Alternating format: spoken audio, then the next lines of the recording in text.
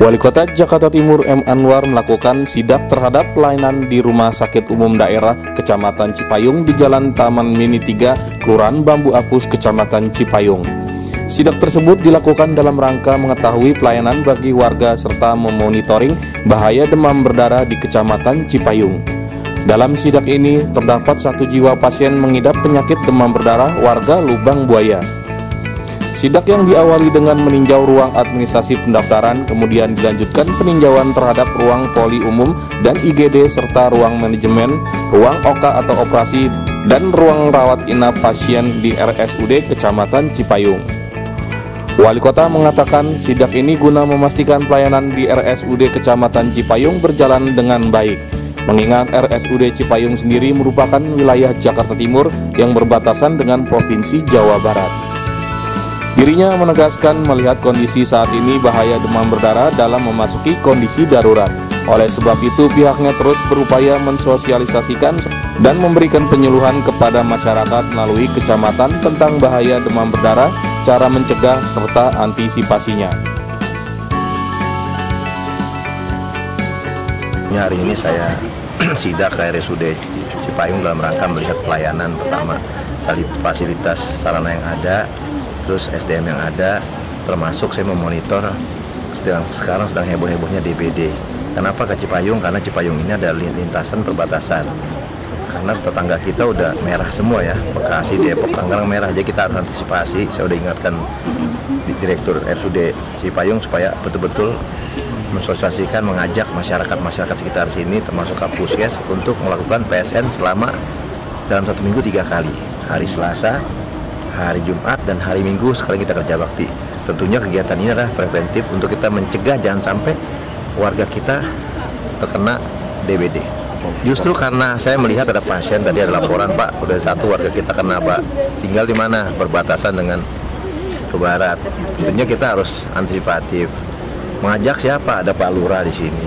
Tentunya Pak Lurah nanti kita akan monitor dari tingkat kota melalui asisten Kesra sejauh mana PSN yang dilakukan. Tentu yang bisa melakukan PSN dengan baik ada yang tahu hanya dokter, tenaga medis. PSN seperti apa yang baik.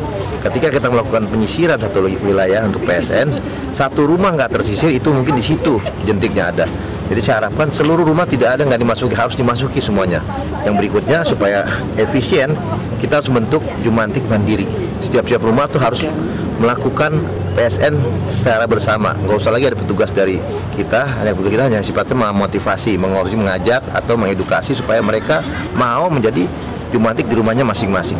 Tentunya ya pasti ada lah, nanti kita akan sesuai aturan. Mereka kan ada sporting segala macam. Kita harus lihat kinerjanya, kan nanti lurah menilai.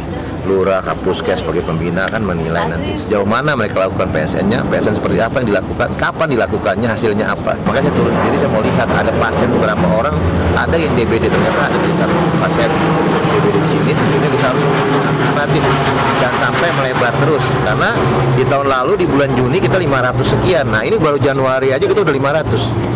Mengkhawatirkan sekali kan.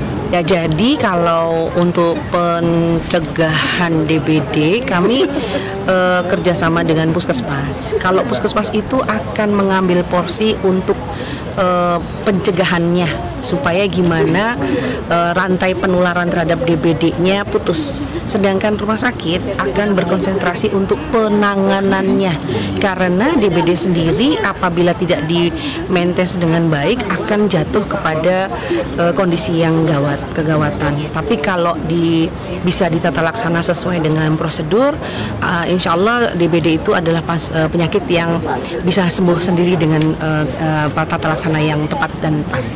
Jadi tugas kami sebagai rumah sakit mengenali dengan dini pasien-pasien yang datang ke IGD kami, kemudian kami periksa laboratorium, kemudian kami tata laksana. Ada yang perlu rawat inap, kita akan rawat inap. Kalau ada yang masih dalam pantauan, kami akan berkoordinasi dengan Puskesmas untuk menyatakan bahwa ini ada pasien yang DBD sehingga rantai penularannya di wilayah diputus. Jadi sumbernya harus diputus, kalau enggak nanti tambah banyak. Pasien BPJS kami sedang dalam proses bekerja sama dengan BPJS, tetapi untuk yang pasien dirawat jalan yang di instansi gawat darurat kami berlakukan BPJS sesuai dengan peraturan. Kami bisa di instansi gawat darurat. Kalau untuk yang di ya, kami masih dalam status non provider, tetapi layanan kami tetap masih bisa kami fasilitasi semua. Dari Kecamatan Cipayung, Tim Timur Jakarta Go ID melaporkan.